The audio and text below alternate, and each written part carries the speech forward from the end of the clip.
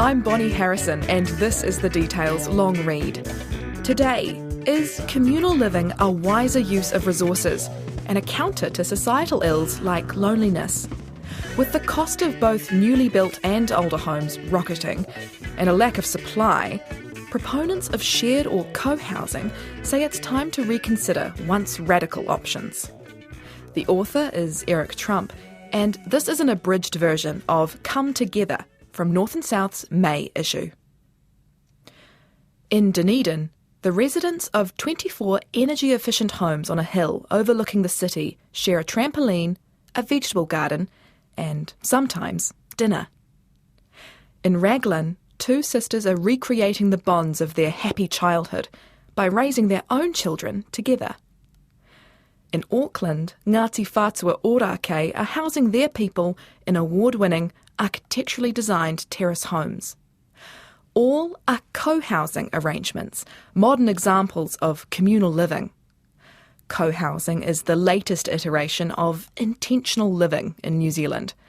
At its heart, co-housing brings together private dwellings around a shared space and facilities, redefining what a neighbourhood looks like. The pleasures of privacy are braided with those of a community, one that is planned, owned, and managed by the residents themselves, usually without a property developer.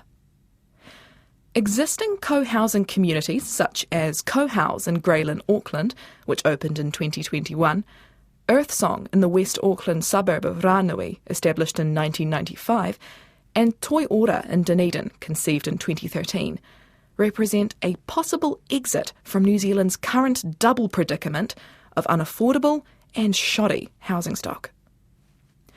Though co-housing has not by any means gone mainstream in New Zealand, the number of projects is still low and failures probably outnumber durable successes. Interest in the idea is growing. Mark Southcombe, an associate professor at Victoria University of Wellington's School of Architecture and an expert in the history and design of co-housing, says co-housing is an arrangement whose time has come. He believes that one day it could compose 5 to 10% of New Zealand's housing sector. All we need for co-housing to make greater strides is for the right systems to be put into place so that these communities can begin and flourish, he says.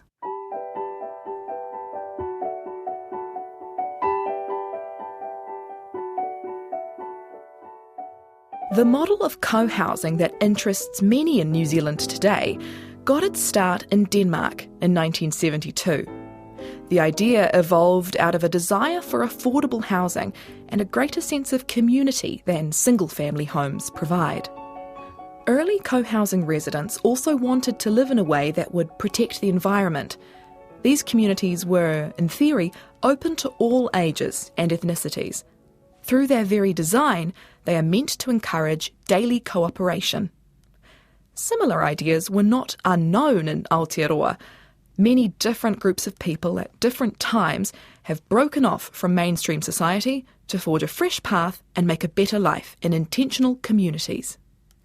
Literature about intentional communities points to them having at least two features in common. They are composed of 5 or more adults and children from more than one nuclear family, and they cohere with a purpose, a vision, or a goal. This might be living sustainably, obeying a god, or, as was the case in the Anahata community, established in 2000 on the site of Auckland's infamous Centrepoint community, making handmade educational jigsaw puzzles. Some intentional communities here have had a more urgent and focused intent than others, namely tino rangatiratanga and resistance. Parihaka in Taranaki is one. Founded by Te Whiti o Rongomai and Tohu Kākahi in the mid-1860s, it was the centre of a non-violent movement objecting to land alienation by the settler government. Members of the Parihaka community blocked surveyors from charting land that had been confiscated after war a decade earlier, which so enraged the colonial government that the settlement was brutally invaded and shut down in 1881. Following in the footsteps of Te Whiti and Tohu, in 1907, Ruakenana founded his own religious community at Maunga Pohatu, whose residents, the Iharaira or Israelites, also resisted land alienation. These Māori communities of resistance were in turn an inspiration for what might be the best-known intentional community in New Zealand, the poet James K. Baxter's Jerusalem. Baxter had a vision in 1968 in which he was instructed to move to Jerusalem on the Whanganui River and there found a community where Māori and Pākehā would try to live without money or books, worship God and work on the land. This melding of Māori and Pākehā traditions Baxter called the Double Rainbow. Baxter's fame as a poet attracted legions of young people desperate to escape the half-gallon, quarter-acre pavlova paradise of their parents. But the community also had a dark side and did not last after Baxter's death in 1972.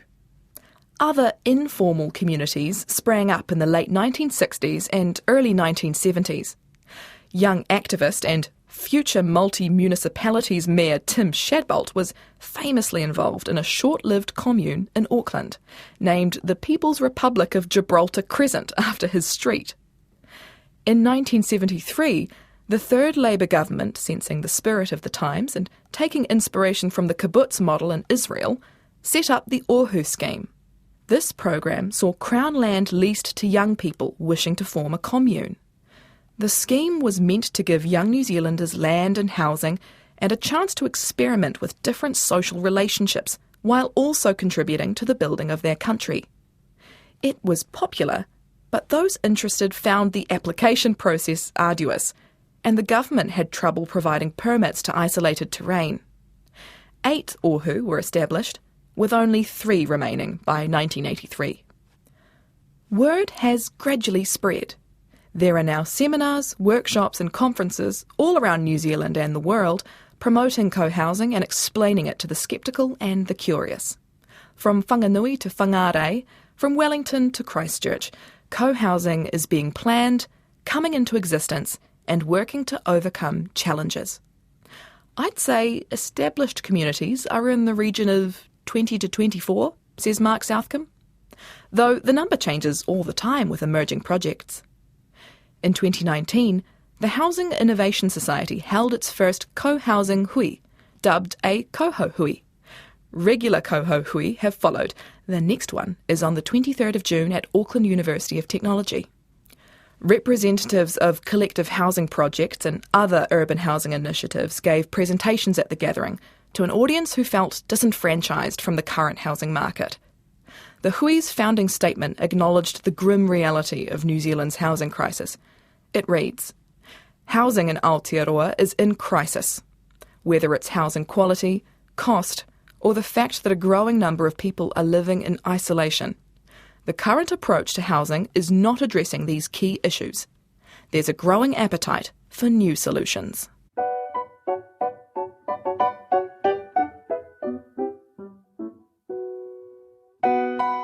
In just about every way, the Toiora High Street co-housing project is a paragon of co-housing neighbourhoods.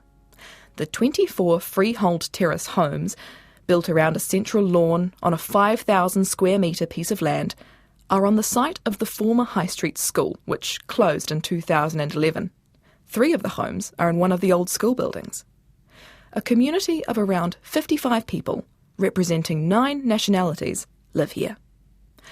Architectural designer Maria Kayau is a director of SUR Architecture and with architect Tim Ross helped create Toiora. Originally from Bolivia, Kayau has been in New Zealand for 20 years. Toiora is her home. A tour of the property reveals the lush central lawn and a trampoline. The terraced houses surround the lawn on 2 sides, with windows facing the central common area. There's a large vegetable garden, a common house with guest rooms, a sauna, a laundry, a workshop with shared tools, and a kitchen where communal meals are cooked twice a week. A small parking lot has a charging station for electric vehicles. "Just don't call us a commune," says Kayau. "We are a community with our own houses. You don't have to join everyone else for dinner if you don't feel like it." That she feels obliged to point this out is understandable.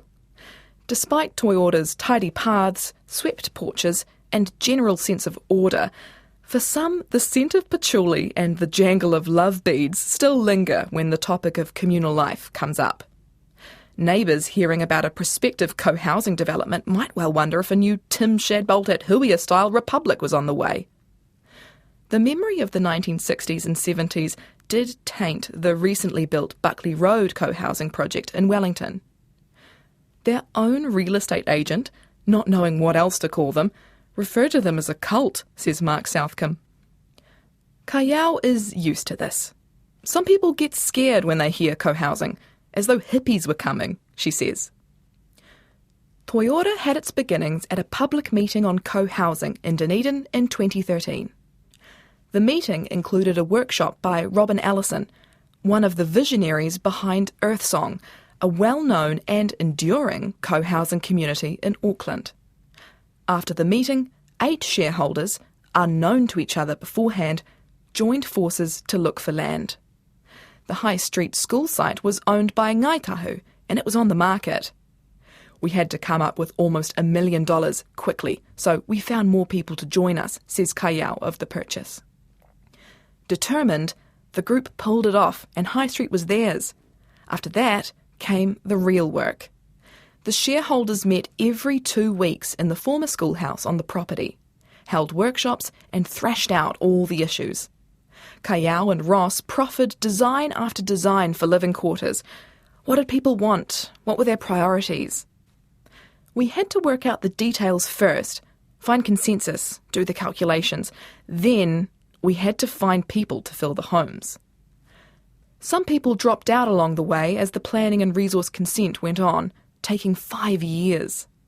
In the process, the Toyota shareholders fashioned what is known in co-housing as a vision statement, their version of a constitution.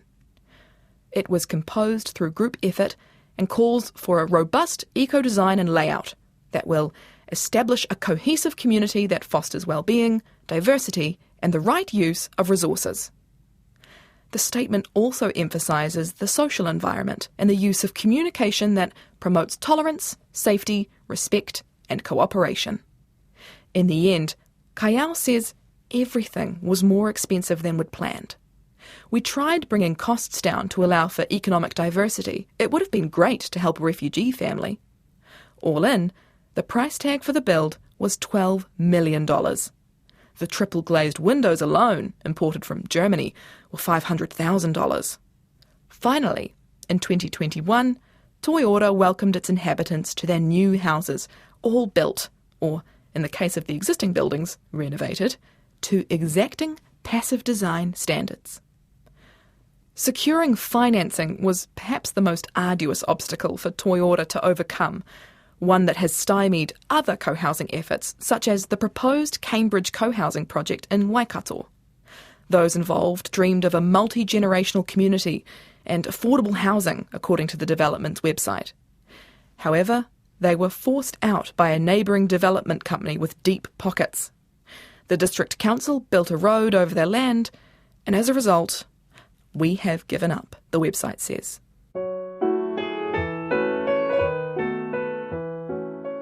Another co-housing fantasy that fizzled recently was the Urban Habitat Collective in Wellington. It began gestation 5 years ago, a group of 40 people planning to live in 25 units in 2 buildings. The group had a site, plans, and building consents. Then building costs shot into the stratosphere away from our budget, says Bronwyn Newton, a lawyer and community planner. In August 2020, the cost of construction was estimated to be $12.2 million.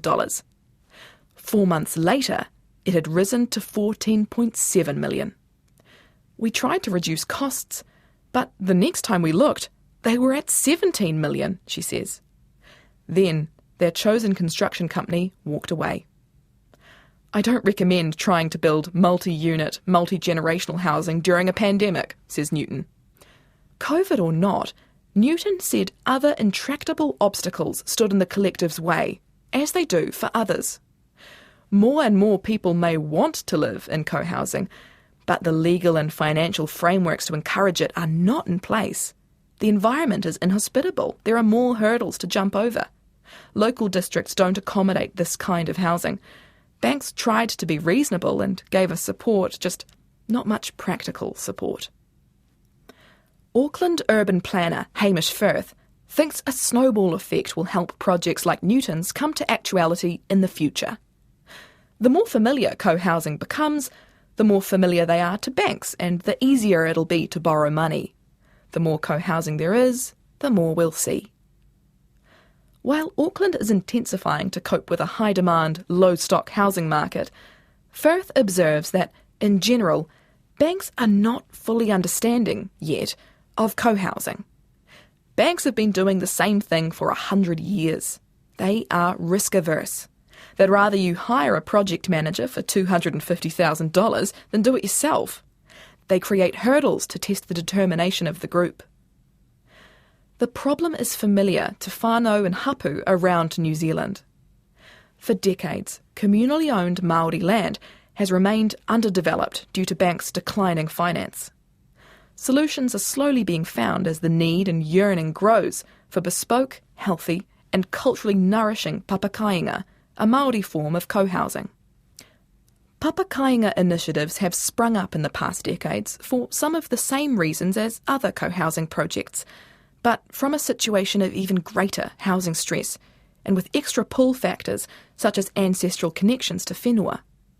With finance remaining a problem, some iwi organisations have stepped in, as was the case for Kāinga Tuatahi, a 30-home urban kāinga in Ōrākei, Auckland. The particular challenges for papakainga are one issue that will no doubt be canvassed at the Kohohui at AUT this June. Both Bronwyn Newton and Mark Southcombe are also speaking. They will address the legal and financial barriers to co-housing to ensure more people can form co-housing communities with greater ease than now.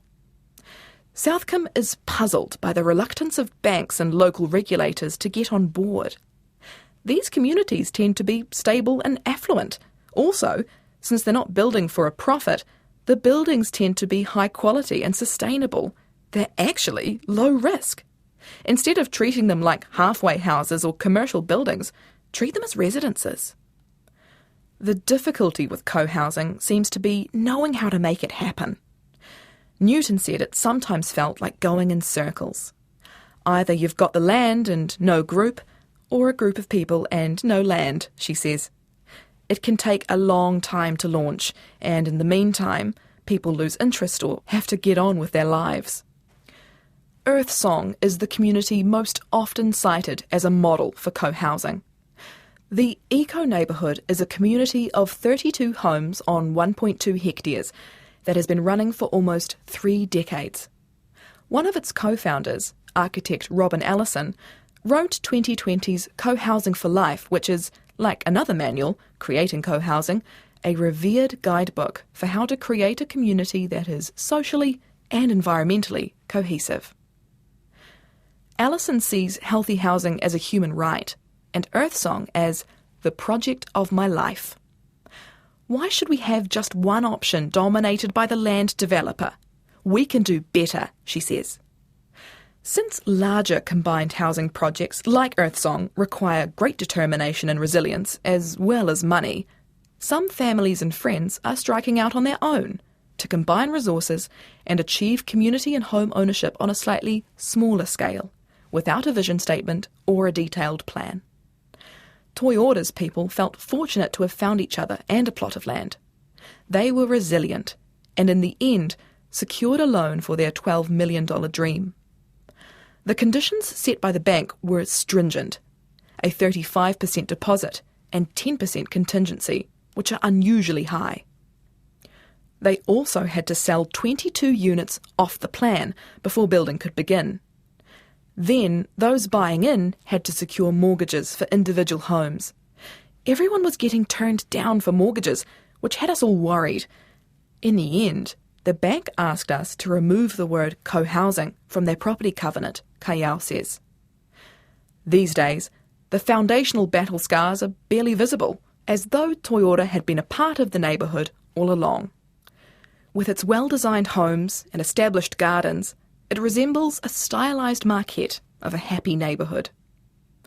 When you live here, you don't just buy a place to live, you buy a neighbourhood, says Jessica Ross, a resident since 2018. Ross is a relief teacher, married to James, also a teacher, and mother of 2 children, Grace and Lucy. They live next door to James's parents. It's great. The children have their grandparents in their lives. We've also got built-in daycare. If James's parents aren't available, Toiora has surrogate grandparents who can help out. The oldest resident is 84, the youngest 18 months. This is Ross's first home, and she feels it would be difficult to live anywhere else after Toiora. This has a lot to do with the web of relationships. We have a pool of knowledge here that we share. If a tap leaks or you need a shelf built, there's probably someone here who can help, she says. Not that it's easy. The hardest part is reaching consensus. The meetings can be long, views differing, negotiation arduous. But residents say it is always worth it. When 50 people live together, concerns and questions come up all the time. For many residents, co-housing is more than just a socially healthy place to live, it's physically healthy too. Numerous studies have shown relationships can aid cognition in ageing brains and help curb the depredations of depression. Co-housing may not be for everyone. Some will forever dream of a McMansion in a fenced field or a bunker on the shores of Lake Wanaka, but in today's New Zealand, it may be an idea whose time has come, or come again, given the history of communal living here. You might think of co-housing as communal living with a good dose of realpolitik, or a practical utopia. That word, utopia, is meant to be a pun. One definition is no place, the unreal, the impossible. The other, utopia, is good place. For the people who raised Toiora out of the ground, this is the good place. That was Come Together by Eric Trump, published in the May issue of North and South. The Details long read is supported by the Public Interest Journalism Fund. We'll be back next week with a new long read. Ka kite anō.